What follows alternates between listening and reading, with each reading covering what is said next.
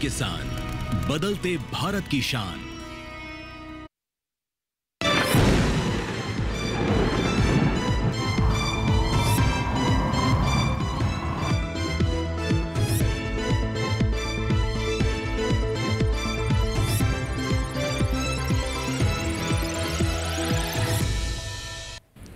नमस्कार, दूरदर्शन किसान पर आप सभी का स्वागत है। आप देख रहे हैं मौसम खबर और मैं हूं आपके साथ पुलकित शुक्ला।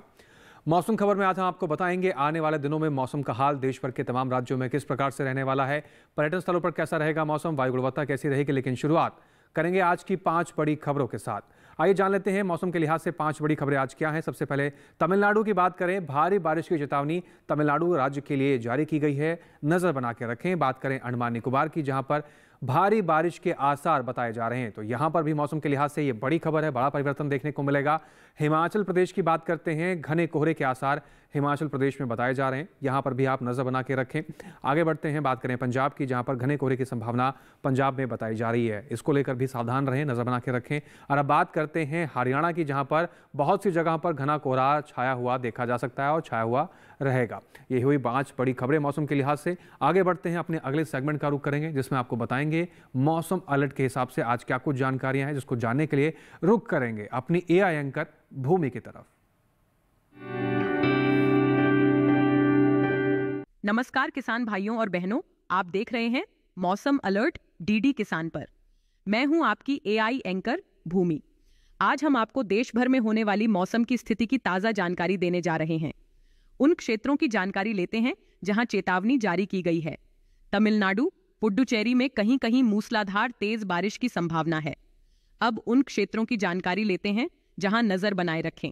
केरल, तटीय आंध्र प्रदेश और रायलसीमा में कहीं कहीं भारी बारिश हो सकती है। हिमाचल प्रदेश, पंजाब, हरियाणा, दिल्ली और उत्तर प्रदेश में कहीं कहीं घना कोहरा छाने की संभावना है।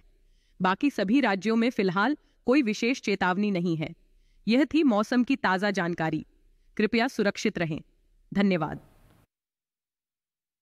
अपने क्षेत्रों में नजर बना के रखें, सावधान रहें, सुरक्षित रहें। आगे बढ़ते हैं, मौसम खबर में रुक करते हैं अपने अगले सेगमेंट का, जिसमें आपको बताएंगे देश भर के तमाम राज्यों में आने वाले 24 से 48 घंटों में मौसम का मिजाज कैसा रहने वाला है, कहां ज्यादा बारिश होगी, कहां कम बरसेंगे बादल, कहां घना कोहरा छाया रह सकता है, इसके बारे में भी जान लेते हैं। शुरुआत करते हैं मौसम पूर्वानुमान का।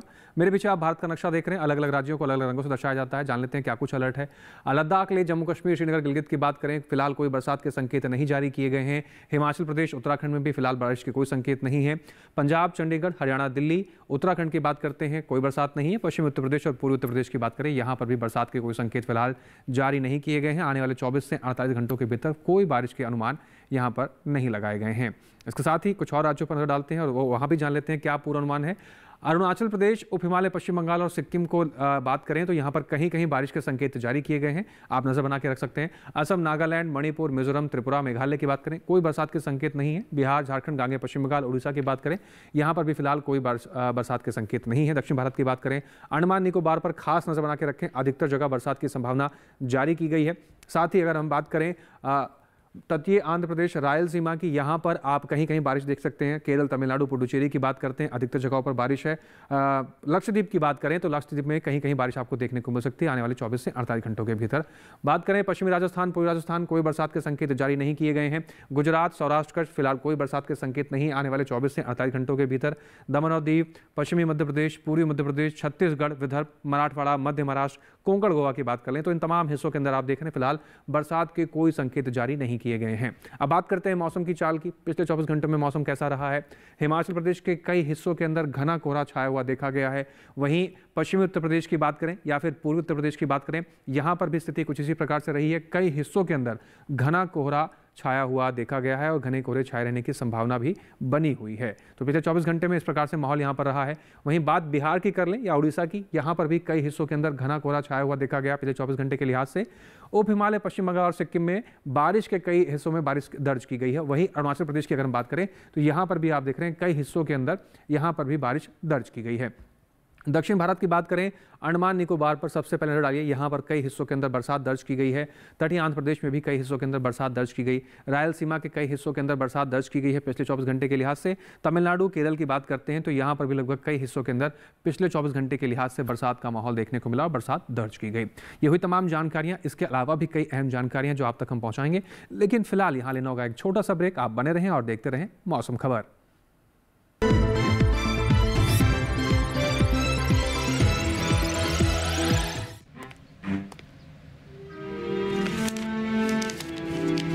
इतनी जल्दी पैसे डबल? ओ, जमा करोगे तो फिर भुगतोगे। चलो, ऐसी लुभाने वाली स्कीम में पैसे जमा करना यानी धोखे की संभावना, इसलिए पहले पूरी जांच, उसके बाद पैसे जमा, नहीं तो आपके पैसे हो जाएंगे पुर्र। आरबीआई कहता है जानकार बनिए, सतर्क रहिए।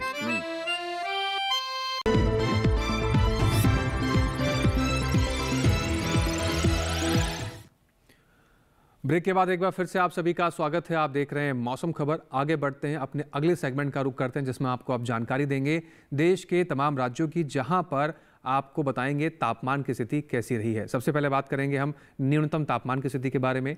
पश्चिमी उत्तर प्रदेश, पूर्वी उत्तर प्रदेश की बात करें, न्यूनतम तापमान की स्थिति 2 से 3 डिग्री सेल्सियस सामान्य से ज़्यादा की दर्ज की गई है। तो न्यूनतम तापमान का हाल पूर्वी उत्तर प्रदेश के अंदर कुछ इस प्रकार से देखने को मिला है।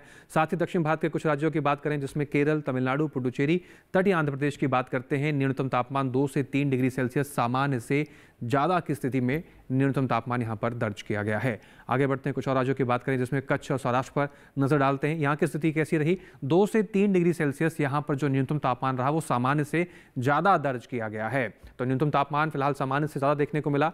वहीं पश्चिमी राजस्थान की स्थिति पर नजर डालते हैं। यहाँ पर न्यूनतम तापमान 3.1 से 5 डिग्री सेल्सियस सामान्य से ज़्यादा की स्थिति में दर्ज किया गया है। तो सामान्य तापमान यहाँ पर न्यूनतम तापमान सामान्य से ज़्यादा देखने को मिला। वहीं देश का सबसे कम तापमान बात करें तो पंजाब के आदमपुर के अंदर दर्ज किया गया 7.4 डिग्री सेल्सियस के साथ देश का सबसे कम तापमान यहाँ पर रिकॉर्ड किया गया है।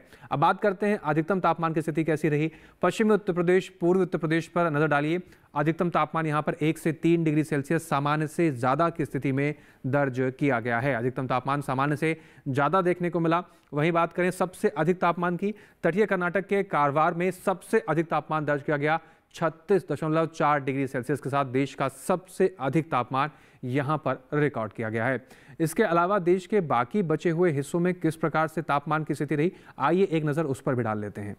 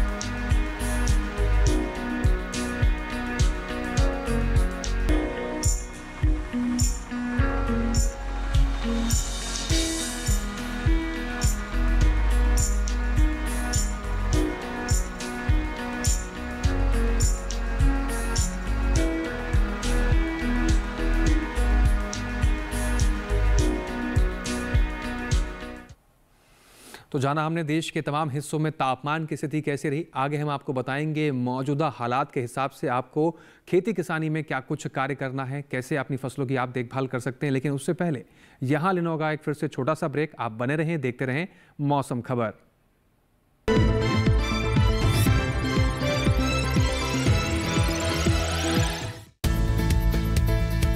किस फसल की क्या है चाल, किस मंडी का क्या है हाल, उतरते चढ़ते भाव का असर,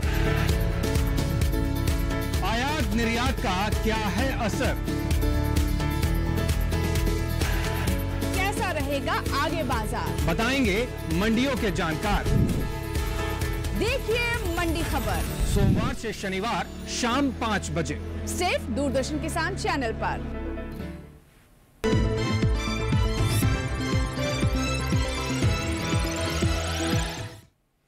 एक बार फिर से स्वागत है आपका। आप देख रहे हैं मौसम खबर। आगे बढ़ते हैं मौसम खबर में और अब बात करते हैं देश के तमाम राज्यों में वायु गुणवत्ता की स्थिति कैसी रही, किस श्रेणी में दर्ज की गई, और इसको जानने के लिए एक बार फिर से रुख करेंगे अपनी एआई एंकर भूमि की तरफ।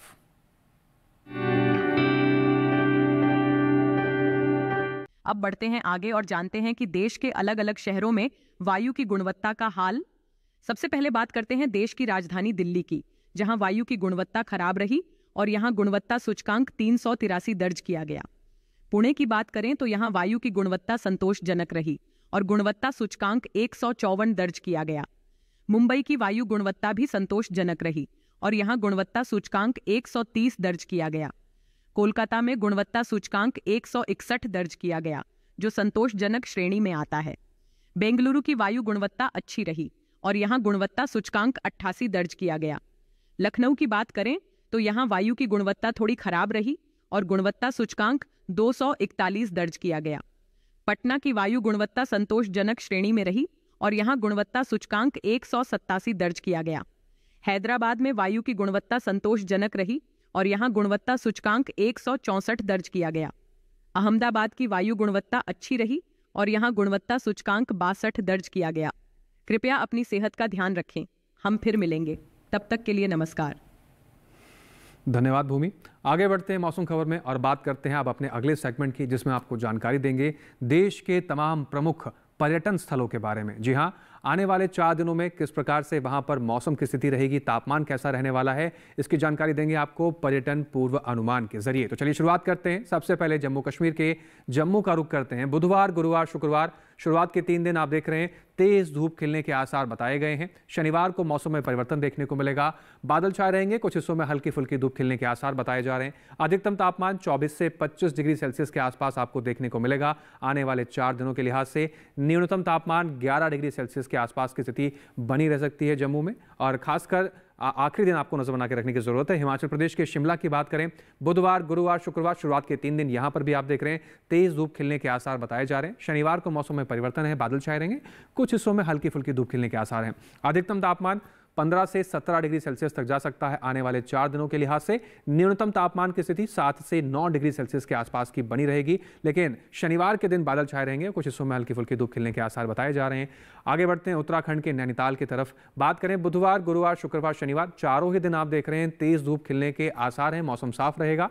अधिकतम तापमान 19 डिग्री सेल्सियस के आसपास की स्थिति में बनी रह सकती है आने वाले 4 दिनों के अंदर, और न्यूनतम तापमान की बात करें तो 7 से 8 डिग्री सेल्सियस के आसपास न्यूनतम तापमान की स्थिति बनी रह सकती है आने वाले 4 दिनों के लिहाज से। चारों दिन मौसम साफ है, आप बेफिक्र होकर नैनीताल की यात्रा कर सकते हैं। बात करें पंजाब के अमृतसर की, बुधवार, गुरुवार की बात करें घना कोहरा छाए रहने की संभावना बताई जा रही है। शुक्रवार, शनिवार मौसम में परिवर्तन देखने को मिलेगा, बादल छाए रहेंगे, कुछ हिस्सों में हल्की फुल्की धूप खिलने के आसार भी बताए जा रहे हैं। अधिकतम तापमान 23 से 24 डिग्री सेल्सियस के आसपास की स्थिति बनी रह सकती है। न्यूनतम तापमान 8 से 9 डिग्री सेल्सियस के आसपास आपको देखने को मिलेगा, लेकिन बुधवार, गुरुवार खास आप अलर्ट रहें, यहां पर घना कोहरा छाए रहने की संभावना जारी की गई है। बात करते हैं उत्तर प्रदेश के मथुरा की। बुधवार, गुरुवार, शुक्रवार, शनिवार चारों ही दिन मथुरा के अंदर घना कोहरा छाए रहने की संभावना बताई जा रही है। अधिकतम तापमान 25 डिग्री सेल्सियस से लेकर 27 डिग्री सेल्सियस तक की स्थिति जा सकती है। न्यूनतम तापमान पर नजर डालें तो 11 डिग्री सेल्सियस से लेकर 13 डिग्री सेल्सियस तक की स्थिति न्यूनतम तापमान की बनती हुई दिखाई देगी, लेकिन चारों दिन यहां पर घने कोहरे को लेकर अलर्ट जारी किया गया है।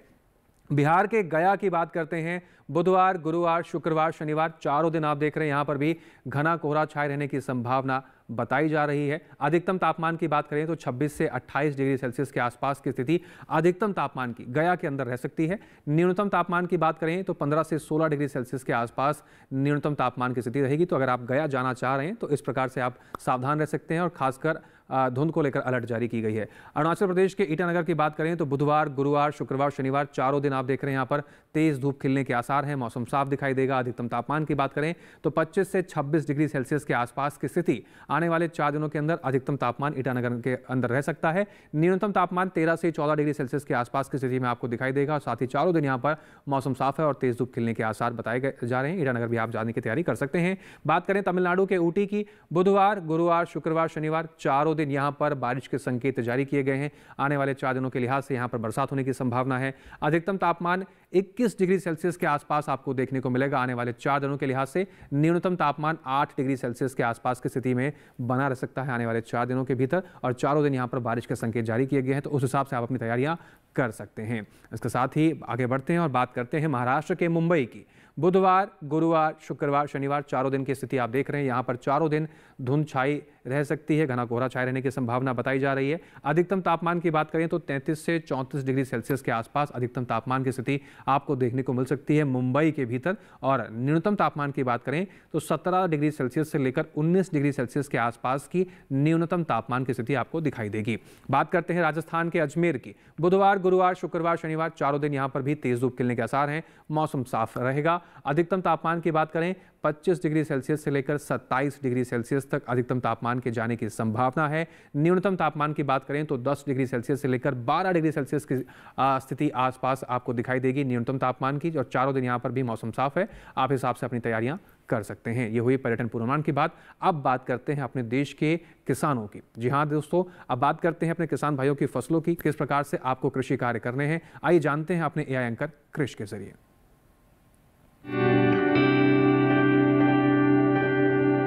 नमस्कार, आप देख रहे हैं डीडी किसान। मैं हूं एआई कृष और आज हम आंध्र प्रदेश और तेलंगाना में होने वाली खेती किसानी से संबंधित सलाहों के बारे में पूरी जानकारी देंगे।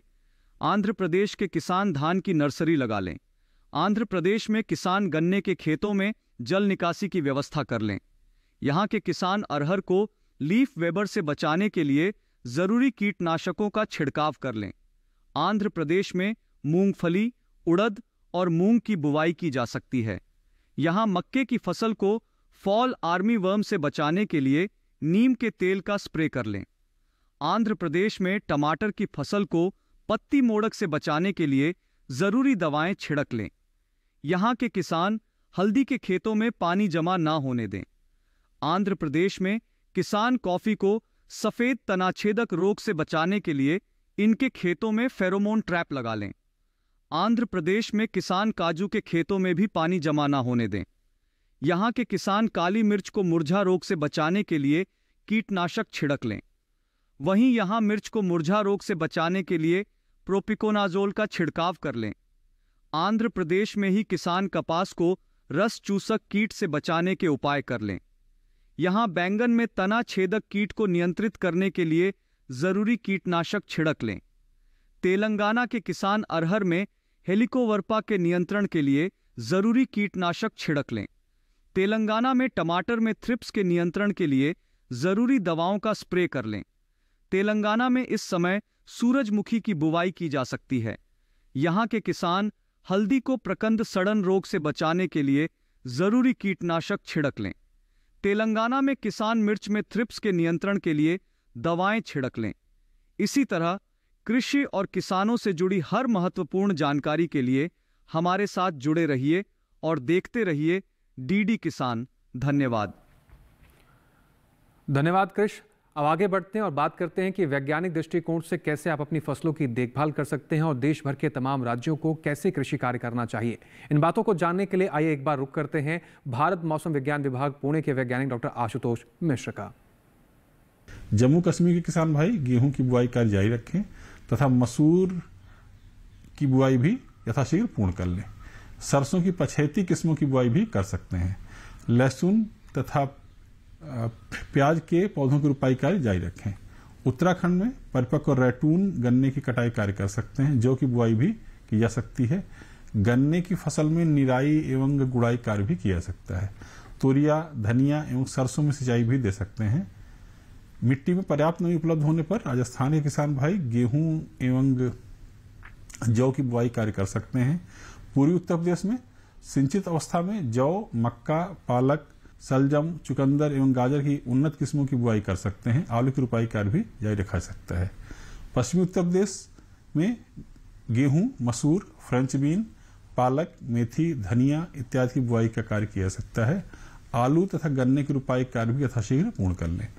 पंजाब के किसान भाई गन्ने की पकी हुई फसल की कटाई कार्य जारी रख सकते हैं। फूल गोभी, टमाटर तथा बैगन की रोपाई कार्य भी किया जा सकता है। राया की बुआई यथाशीघ्र पूर्ण कर लें। हरियाणा में गेहूं एवं जौ की बुआई कार्य जारी रखें। समय पर बोई गई सरसों में निराई और गुड़ाई का कार्य किया जा सकता है। गन्ने की फसल में अगर आवश्यक हो तो सिंचाई प्रदान करें। उड़ीसा के किसान भाई परिपक्व धान की कटाई कार्य जारी रखें। मूंगफली, सरसों इत्यादि की बुआई कार्य भी जारी रखा सकता है। प्याज की नर्सरी बुआई भी कर सकते हैं। बिहार में परिपक्व धान की कटाई कार्य किया जा सकता है। चना एवं गेहूं की बुआई तथा आलू की रुपाई कार्य भी कर सकते हैं। गांगे पश्चिम बंगाल में परिपक्व आमन धान की कटाई कार्य यथाशीघ्र पूर्ण कर लें। चलिए अब बात करते हैं आज की फसल की। औषधीय गुणों से भरपूर लहसुन की फसल के लिहाज से ये समय बेहद अनुकूल है, लेकिन किन बातों का आप ध्यान रख सकते हैं अगर आप लहसुन की बुआई करते हैं, आइए देखते हैं एक रिपोर्ट के जरिए।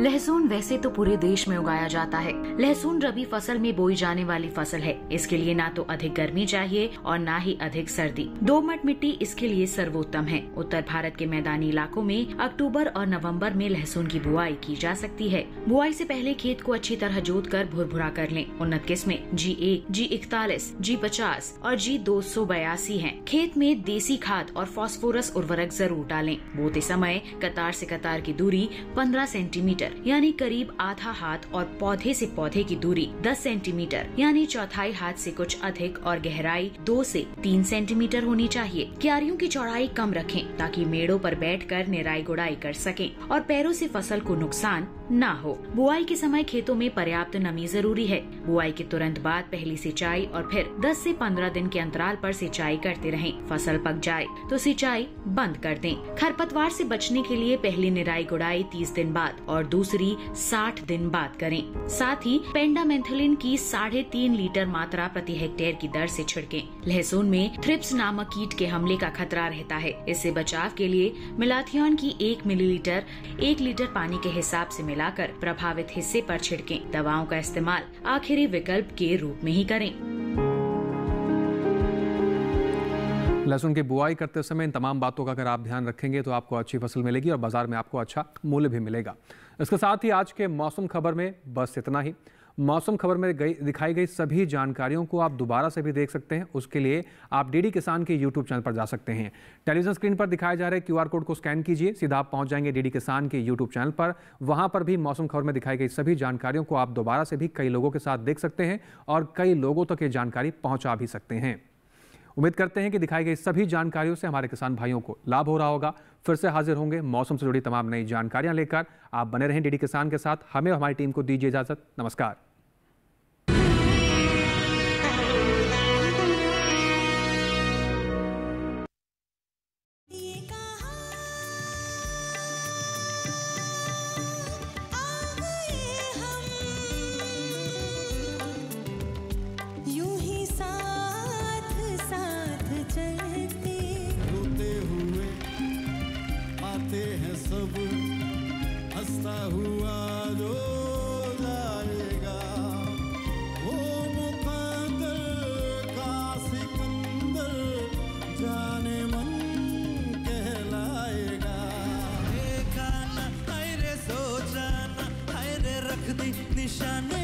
कसम तुम हर बार फोड़ते हो बम। जरा कबूल कर लो, तुम हमसे प्यार करने की जरा सी भूल कर। एक अलग सा वर्जन था इसकी आवाज में इस गाने का। Mind blowing. प्रत्येक शनिवार और रविवार शाम 7 बजे और रात 11 बजे डीडी नेशनल पर।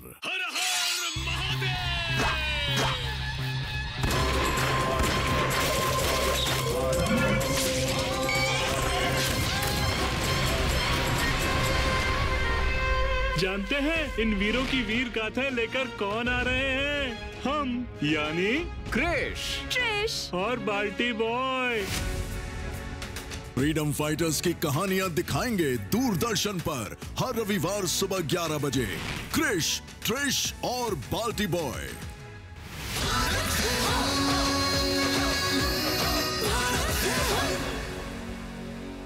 फ्रीडम फाइटर्स की कहानियां दिखाएंगे दूरदर्शन पर हर रविवार सुबह 11 बजे। क्रिश, ट्रिश और बाल्टी बॉय।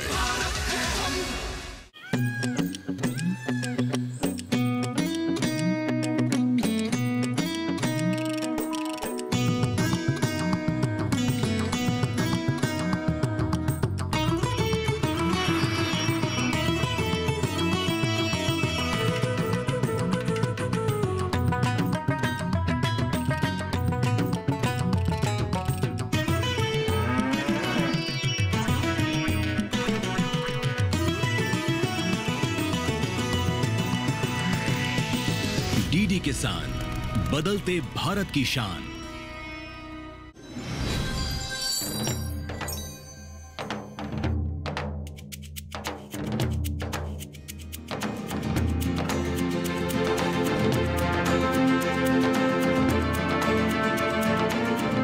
नमस्कार। पहले के ज़माने में किसान हंसिए से अपनी पूरी फसल काटते थे। उसके बाद फसल से अनाज को अलग कर लेते थे और फिर बची हुई पराली का इस्तेमाल वो अपने जीवन में अलग अलग तरीके से करते थे। पुराने समय में जब कृषि मुख्य आजीविका थी, तब पराली का उपयोग हर घर में बड़े ही सोच समझकर किया जाता था। सबसे पहले ये जानवरों के लिए बहुमूल्य चारा हुआ करती थी। हम लोग पहले ना पराली ਨੂੰ ਸੰਭਾਲ ਕੇ ਰੱਖਦੇ थे। ਉਹਨੂੰ ਸੰਭਾਲਣ ਤੋਂ ਬਾਅਦ ਫਸਲਾਂ ਆਪਣਾ ਪਸ਼ੂਆਂ ਨੂੰ ਚਾਰੇ ਦੇ ਤੌਰ ਤੇ ਵਰਤਿਆ ਜਾਂਦਾ ਸੀ ਤੇ ਹੁਣ ਇਹਨਾਂ ਨੂੰ ਵਿੱਚ ਖੇਤ ਦੇ ਵਿੱਚ ਵੀ ਵਾਇਆ ਜਾਂਦਾ ਹੈ ਤੇ ਆਪਾਂ ਇੱਕ ਖਾਦ ਵੀ ਤਿਆਰ ਕਰਨ ਲੱਗੇ ਆ ਪਰਾਲੀ ਦੀ ਵੀ ਜਿਹਦੇ ਸਾਡੇ ਖੇਤਾਂ ਨੂੰ ਵੀ ਖਾਦ ਸਵਸਥ ਖਾਦ ਜਿਹਨੂੰ ਕਹਿੰਦੇ ਆ ਵੀ ਉਹ ਮਿਲ ਸਕੇ। पराली सिर्फ जानवरों के चारे के रूप में ही नहीं, बल्कि उसका उपयोग खेतों में भी होता था, जिससे मिट्टी की नमी बनी रहती थी और ये फसल के लिए एक प्राकृतिक खाद का काम करती थी। ठंड के मौसम में पराली का उपयोग पशुओं और ग्रामीण घरों के बिछौने के रूप में भी होता था। ग्रामीण घरों की छतों में भी पराली का उपयोग किया जाता था। पराली के उपयोग से बने हस्तशिल्प जैसे टोकरी, बिन्ना, चटाई आदि किसानों की आय के साधन हुआ करते थे। पराली कभी एक बहुमूल्य संसाधन थी। ये हमारे पूर्वजों की सूझबूझ और आत्मनिर्भरता का प्रतीक थी। हम पारंपरिक रूप से पराली को जला नहीं रहे थे, इसलिए हमें स्वच्छ वातावरण मिला। पर आज हम अपने आने वाली पीढ़ी को क्या दे रहे हैं? दूषित वातावरण और बीमारियां। क्या पराली कोई समस्या है? नहीं, पराली जलाना एक समस्या है। पराली तो एक संसाधन है, एक रिसोर्स है। एक टन धान के भूसे में लगभग 5.5 kilogram nitrogen, 2.3 kilogram phosphorus pentoxide, 25 kilogram potassium oxide, 1.2 kilogram sulphur, चावल द्वारा अवशोषित 50 से 70% सूक्ष्म पोषक तत्व और 400 किलोग्राम कार्बन पाया जाता है, जो धान की पराली जला देने से नष्ट हो जाता है। इस नुकसान के अलावा अनाज के पोषक तत्व, मिट्टी के कुछ गुण जैसे मिट्टी का तापमान, पीएच, नमी, उपलब्ध फास्फोरस और मिट्टी के कार्बनिक पदार्थ भी काफी प्रभावित होते हैं। पराली को मिट्टी में मिलाने से मिट्टी की उर्वरक क्षमता में वृद्धि होती है। साथ ही खाद खर्च पर 1500 से 2000 रुपए प्रति हेक्टेयर की भी बचत होती है। आधुनिक समय में यदि पराली का हम सही उपयोग करें तो ये पर्यावरण और कृषि के लिए वरदान साबित हो सकती है। जैसे हम फसल से लाभ उठाते हैं, वैसे ही पराली से भी लाभ उठा सकते हैं। मशीनों से बनाए पराली के गट्ठरों को फैक्ट्रियों तक पहुंचाया जा सकता है, जहां इससे बहुत सारी चीजें बनाई जा सकती हैं, जो पर्यावरण अनुकूल हैं। पराली से बनने वाली वस्तुओं का एक बहुत बड़ा बाजार है। आज आधुनिक मशीनों द्वारा ऑर्गेनिक डिस्पोजेबल बर्तन जैसे दोना, पत्तल बनाए जा रहे हैं। इनकी बाजार में बहुत ही मांग है। साथ ही पराली से इको फ्रेंडली पेपर और थर्मोकोल बनाया जाता है। ये बायोडिग्रेडेबल, आग प्रतिरोधी और डीकंपोजेबल है। पराली को पैकिंग सामग्री में भी उपयोग करते हैं। पराली से घर में उपयोग की जाने वाली सजावट की चीजें भी बनाई जाती हैं। आज भारत में पराली से बने हस्तशिल्प का भी बहुत बड़ा बाजार है।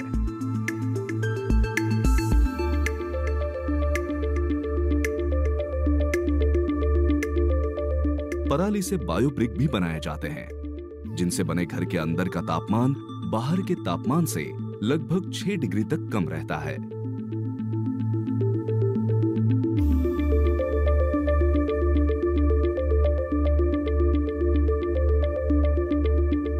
बायोब्रिक इंसुलेटर की तरह भी काम करता है। पराली से बायोगैस भी बनाई जाती है। इसका उपयोग ग्रामीण इलाकों में बिजली और खाना पकाने के लिए किया जा सकता है। इससे जैविक खाद का भी उत्पादन होता है। पराली पर मशरूम की खेती भी की जाती है, जो बाद में जैविक खाद का काम करती है। किसान पराली बेचकर अपनी आय बढ़ा सकते हैं, जिससे उनकी आर्थिक स्थिति में सुधार होगा और पर्यावरण को भी कोई हानि नहीं होगी। अब समय आ गया है कि हम सही चुनाव करें और पराली को संसाधन में बदलें।